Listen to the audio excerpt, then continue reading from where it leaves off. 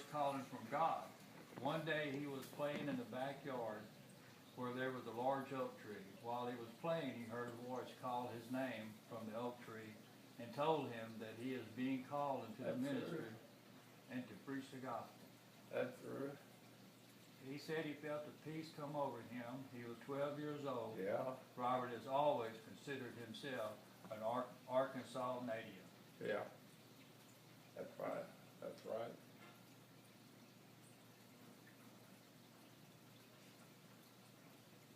In 1939, Robert's father moved the family back to Orange, Texas, where his father went to work at Livingston Shipyard during World War II.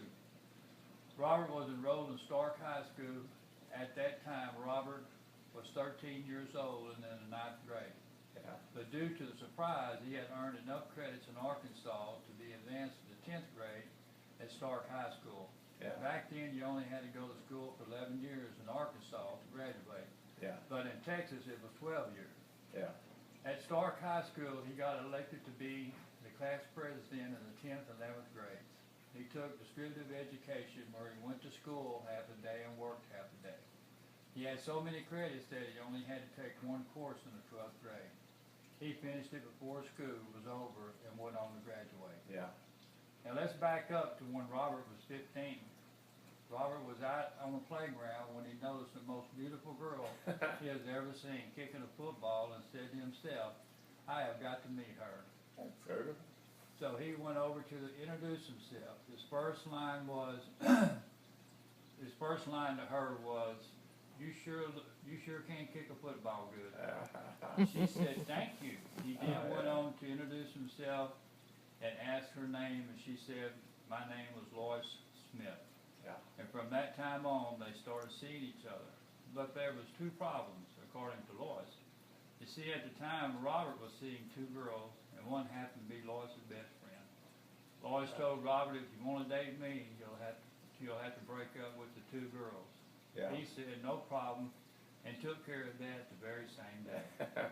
The following day, Robert and Lois started dating. The truth is, they both fell in love with each other the first time they met on the playground. That's true.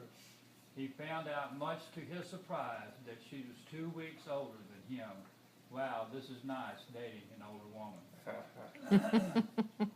Yeah, Robert and Lois were both in the 12th grade.